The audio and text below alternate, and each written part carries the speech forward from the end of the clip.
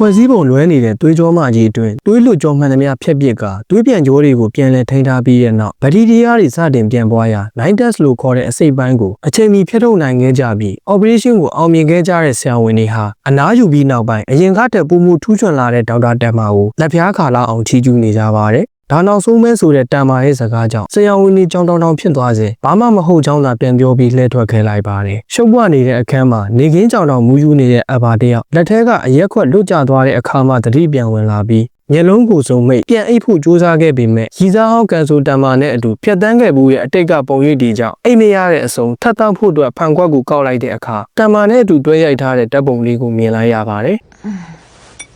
ရင်ထဲကပူလောင်မှုကိုအယ်ကိုဟောနဲ့ငိမ့်တက်ဖို့ရက်ခွက်ကိုဖြည့်နေစဉ်အပြင်ကအဆောင်အားမရမကဝန်ကွန်တောင်းနေတဲ့စူညံတန်တွေကြောင့်နှမ်းမေးကြည့်တဲ့အခါအဘာကိုတွေးဖို့လာတဲ့ BKA ကအရာရှိ Aspector လန်ကေဖြစ်နေပါတယ်။အဆောင်ကိုထွက်သွားခိုင်းလိုက်ပြီးတဲလို့စားတေးသေးလေးတောင်မရှာနိုင်ခဲ့တဲ့စုံထောက်ကြီးကဘာများလိုချင်လို့ရောက်လာတာလဲဟုမေးတဲ့အခါဖခင်တေဆုံးသွားတာတောင်အမွေတွေကိုကောင်းကောင်းထိမ့်သိမ်းထားနိုင်လို့ထင်ကြီးမိပေမဲ့အခုကအရင်ထက်ပိုပြီးအဆင်ပြေနေပုံရကြောင်း Aspector ကဆိုပါတယ်။ဘာကိုဆိုလိုချင်တာလဲသဘောပေါက်တဲ့အဘာကဖခင်ထားခဲ့တဲ့အမွေတွေအပြင်ကွာချင်းပြီးရလာတဲ့ပစ္စည်းတွေကြောင့်အခုဆိုရင်သူလိုချင်တာမှန်သမျှအကုန်ရနေနိုင်ပြီဖြစ်ကြောင်းနဲ့ Aspector လိုချင်တာရှိရင်လည်းယူသွားနိုင်ကြောင်းပြန်လဲခြေပပါတယ်မိမတယောက်နဲ့စကားတွေထပ်မများခြင်းနဲ့ Aspector ဟာလာရင်ကိစ္စအတိုင်းသူရှာတွေ့ခဲ့တဲ့နေကတိုင်းကိုထုတ်ပြက9နှစ်တောင်ကြာပြီဆိုတော့မှတ်မိနိုင်မှုခက်ခဲပေမဲ့ဈေးကြီးတဲ့ဒီနေကတိုင်းလေးဟာစိုက်တက်ဆိုင်ရဲ့ဝယ်နေကြအထူးကက်စတမာတွေအတွက်အကန့်အသတ်နဲ့ထုတ်ထားတဲ့ပစ္စည်းဖြစ်တာကြောင့်ဖောက်တဲ့စင်းကိုစစ်ကြည့်တဲ့အခါအဘာရဲ့နာမည်ကိုတွေ့ခဲ့ရပြီးလူသတ်မှုတစ်ခုနဲ့ပတ်သက်နေတဲ့ဒီပစ္စည်းကိုတယောက်ယောက်အားလက်ဆောင်ပေးခဲ့ဘူးလားဟုတက်တယ်ပဲမေးလိုက်ပါတယ်မိမိအနာငွေမျက်နှာကြောင့်ချင်းကက်လာတဲ့ယောက်ျားများစွာရှိပြီးလက်ဆောင်ပေးခဲ့ဘူးရဲ့ယောက်ျားတွေလည်းတပုံကြီးရှိတာကြောင့်မမှတ်မိကြောင်ပြောပေမဲ့ထပ်မံဖိအားပေးနေတဲ့အခါတိုက်တူးသမားတွေနဲ့ပတ်သက်ပြီးဘာမှမမှတ်မိခြင်းဘူးဟုဆိုကအမှုသမားပြီး Aspector ပဲမြောက်ဦးလဲကရစ်နေတာကြောင့်နောက်မှတွေ့မယ်ဟုနှုတ်ဆက်ပြီးထွက်လာခဲ့လိုက်ပါတယ်ကြံခဲ့တဲ့အဘာကတော့အရက်ခွက်ကိုမော့တောက်ရင်တမ်မာနဲ့တူတွဲရိုက်ထားတဲ့ဓာတ်ပုံလေးကိုကြည့်ကနောက်ဆုံးအနေနဲ့မိမိစီကိုအာကိုကြီးပြေးလာတဲ့တမ်မာအပေါ်ခါသီးစွာလစ်လျူရှုခဲ့မိရဲ့လွန်ခဲ့တဲ့9နှစ်ကအဖြစ်အပျက်ကိုစဉ်းစားရင်တစ်ခုခုကိုအတွေးရသွားတာကြောင့်အဆောင်ကိုကားတင်ပြင်ထားဖို့မှာလိုက်ပါတယ်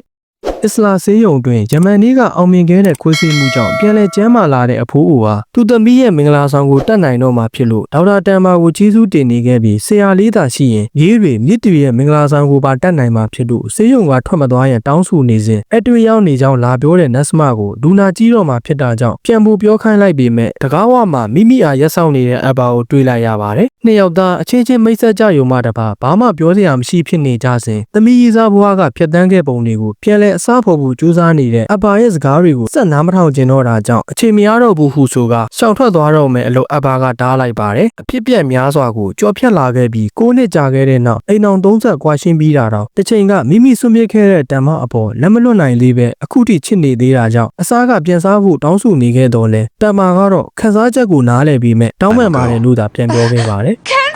အစောပိုင်းကရဲရရှိတူဟူဟာမိမိလက်ဆောင်ပေးခဲ့တဲ့နေကတိုင်းနဲ့ပတ်သက်ပြီးလူတန်းမှုတွေတန်တရားရှိကြောင်းလာရောက်စစ်ဆေးခဲ့စဉ်ကဘာမှဖွင့်ဟခြင်းမရှိခဲ့ပဲပြောတဲ့အတိုင်းလုပ်ရင်လိုဝက်ချက်ကိုထိမ့်သိမ်းထားပေးမယ်ဆိုတဲ့အဘာရဲ့စကားကိုပြန်လက်တုံးပြန်ခြင်းမရှိပဲထပ်မံကြောခိုင်းသွားခဲ့တဲ့တမ်မအားရဲစခန်းမှာအကုန်လုံးကိုဝန်ခံလိုက်တော့မှဖြစ်ကြောင်းအယူတယောက်လိုလိုက်လံအော်ပြောနေမိပါတယ်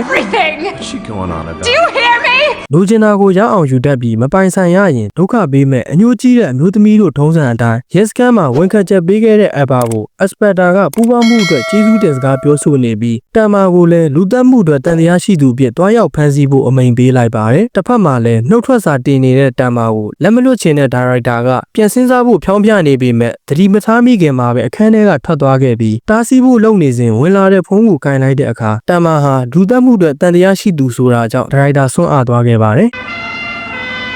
်အချိန်ကိုက်ဆိုသလို Aspector နဲ့ရဲတပ်ဖွဲ့ဟာတမ်မာကိုဖမ်းဆီးဖို့အစ္စလာဆေးရုံကိုရောက်ရှိလာကြပြီးဆေးရုံအတွင်းလိုက်လံရှာဖွေနေကြစဉ်ပိတ်ဆို့တားဆီးနေတဲ့လူနာချို့ကိုတွေ့လိုက်ရတဲ့အခါဝတ္တရားကိုမနှောက်ယှက်ဖို့တတိပေးလိုက်ပေမဲ့ဒေါက်တာတမ်မာဟာလူသက်သမားမဟုတ်ကြောင်းဝိုင်းဝန်းထောက်ခံနေတာကြောင့် Aspector တို့အဖွဲ့လုံးရကန်ရခတ်နေကြပါတယ်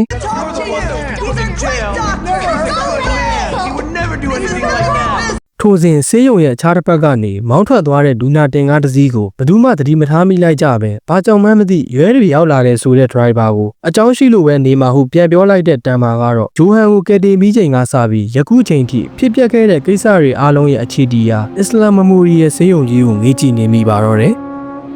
9 လကြာခဲ့ပြီးနွေရာသီတစ်ခုတွင်အပူရှိန်တငွေ့ငွေ့ထောင်းထားနေတဲ့ကားလမ်းမအပေါ်ခုံမောင်းလာတဲ့ကားတစ်စီးအတွင်မိမိဓာတ်ပုံနဲ့တကွဘာသာမျိုးစုံတဲ့တေဆုံးမှုတရခန့်ဖြစ်ကြောင်းဖော်ပြထားတဲ့လွန်ခဲ့တဲ့3ရက်ကသတင်းစာကိုဖတ်နေတဲ့တမ်မာတယောက်ဝတ်စုံရည်ကြီးနဲ့မပူဘူးလားဟုမေးနေတဲ့ကားမောင်းသမားကိုပြန်လည်တုံ့ပြန်ခြင်းမရှိပဲဘာသာမျိုးမှာအသိရှိလို့လားဟုထပ်မေးတဲ့အခါတေချာပေါက်ရှိပြီးစုံမဲမစုံဘူးမတေချာပေမဲ့သွားမှဖြစ်မဲ့ဟုဆိုကအသစ်ဆောင်လာတဲ့တနက်ကိုစမ်းကြည့်နေမိပါတော့တယ်ဒါကတော့2004ခုနှစ်မှာတွေ့ရှိခဲ့တဲ့ Monster Animal ရုပ်ရှင်ရဲ့ Chapter 8ဖြစ်ပြီး channel ပိုင်းတွေကိုဆက်လက်တင်ဆက်ပေးသွားမှာဖြစ်လို့ channel လေးကို like and subscribe လုပ်သွားပေးခဲ့ကြပါဦးဗျကြည့်ရှုအားပေးတဲ့တယောက်ချင်းစီတိုင်းကိုကျေးဇူးအများကြီးတင်ပါတယ်အားလုံးပဲနောက်ထပ်ဗီဒီယိုမှာပြန်တွေ့ကြတာပေါ့ဗျာ